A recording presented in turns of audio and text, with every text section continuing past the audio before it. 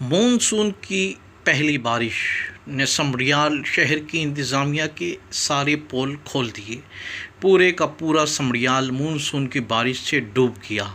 गलियां, नालियां और सीवरेज सिस्टम नालों की सफाई ना होने के बायस बंद पड़े हैं। बारिश का पानी मेन शाहराहों, गलियों, लोगों के घरों और कब्रिस्तानों और रेलवे ट्रैक पर दरिया की तरह पानी बह रहा है।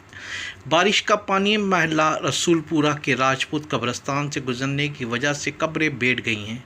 इंतज़ामिया को चाहिए कि वह हंगामी बुनियादों पर नालों की सफाई करवाए ताकि आइंदा बारिशों से कबल समड़ियाल शहर में निकासी आब का निज़ाम बेहतर हो सके और समड़ियाल शहर की आवाम बारिश को ज़हमत ना समझे। रिपोर्ट मकसूद इलाही।